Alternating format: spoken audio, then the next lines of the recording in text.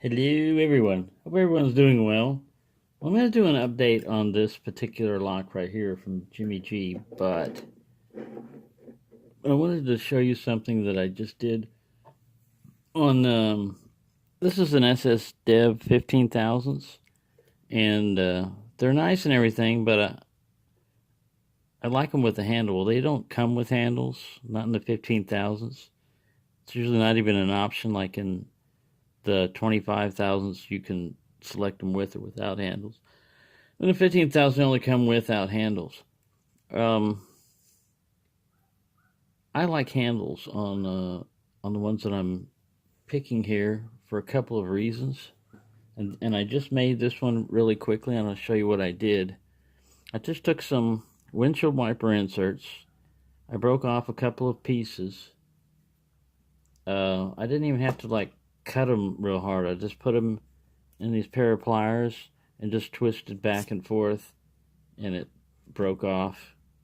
And then I took some adhesive heat shrink. You don't even need adhesive, but this one's adhesive line, which comes in handy. Now, before I was going to put them on there, I had two pieces of metal on this side and two pieces on that side. And normally I would take super glue or something, but my super glue is dried out. I didn't want to go to the store or anything else. So I took some not masking tape, electrical tape, and wrapped around there to hold them. Well, as you can see, it took the form of them a little bit. So you could bulk this up or make different shapes if you wanted to. But what you get is more weight on your pick. It's more balanced back here. It's heavier back here. I tend to get a little bit more feedback with this, and it's quick. I mean, you don't need much to get it done. You've got yourself a handle.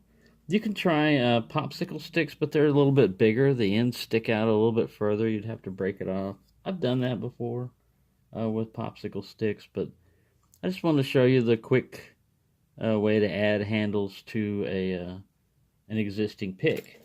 Now, this particular lock that Jimmy G sent, it can be shackle shimmed, it can be knife bypassed, and it can be core shimmed. This is by far the slowest way to get into this lock. I was picking it earlier, and all you have to do is go back. I'm not going to take this lock apart. At first, we were going to have it, gutted, take apart and see what it is. But I really like this lock, the way it acts and everything, and all the different ways you can get into it. There's only a single locking pawl. They could have shimmed that. If they didn't do that, they could have tried to pick it. Believe me, this thing is so easy. You go in and you hit like pin 3 and you get a turn on the core. You come back and you push up on on pin 1, and it opens. If you're using the swoop guy, you can have it come in at an angle and just like have it open just by pushing the pick in sometimes. So it's very easy to pick. It's core shimmable. As you can see, you can just push that shim all the way in, and I don't want to don't want to break my pick. Get a proper tension wrench in here. But you can just shim it all the way in, and then bam, you've got the thing. You can turn him all the way. Like I said, it's easy to pick.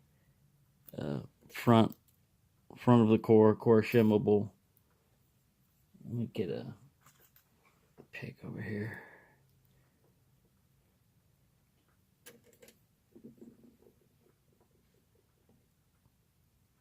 I am a little bit curious as to what these pins are, because man, you get a pronounced movement on the core. This guy might be jamming the core up on this tension wrench here. Of course, it's gonna go slow and act up for the camera. This is not the same tension wrench I was using either, so I may be jamming the core up down here. Yeah, it's acting up.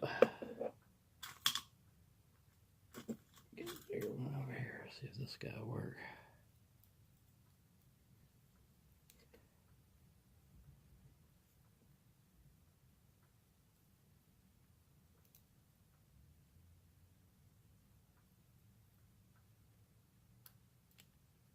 Gotta act up for the camera. What do you mean I'm so easy to open? Look, I'm the toughest lock you've ever run into. No. You're the biggest ham, maybe. Biggest ham for the camera. Really, this is crazy. This thing was opening so easily. I had a hard time not opening it. And now...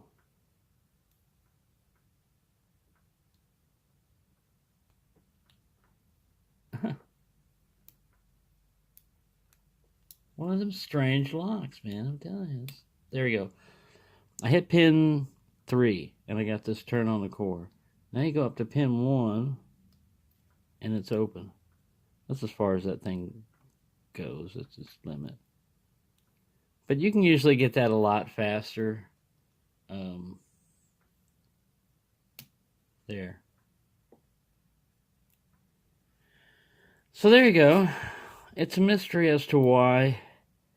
So people that are worried about pick resistance and everything else, this is one of the easiest locks to get into, and yet somebody had to break out a power tool or hacksaw or bolt cutters or whatever they used on this thing to get into it.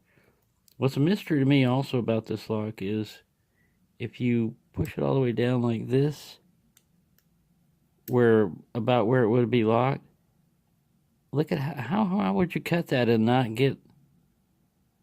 cut, you know, if you use a cutting tool, how would you do that and not cut the top of the rivets? And if you're using bolt cutters, it seems like you would have more evidence on the lock of... I'm trying to get it to focus over here.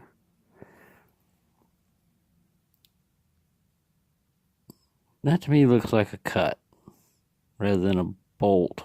A bolt would be like mashed in. Anyway, there you go. I don't want to get too long with this. Just wanted to show you that that's how crazy that lock is.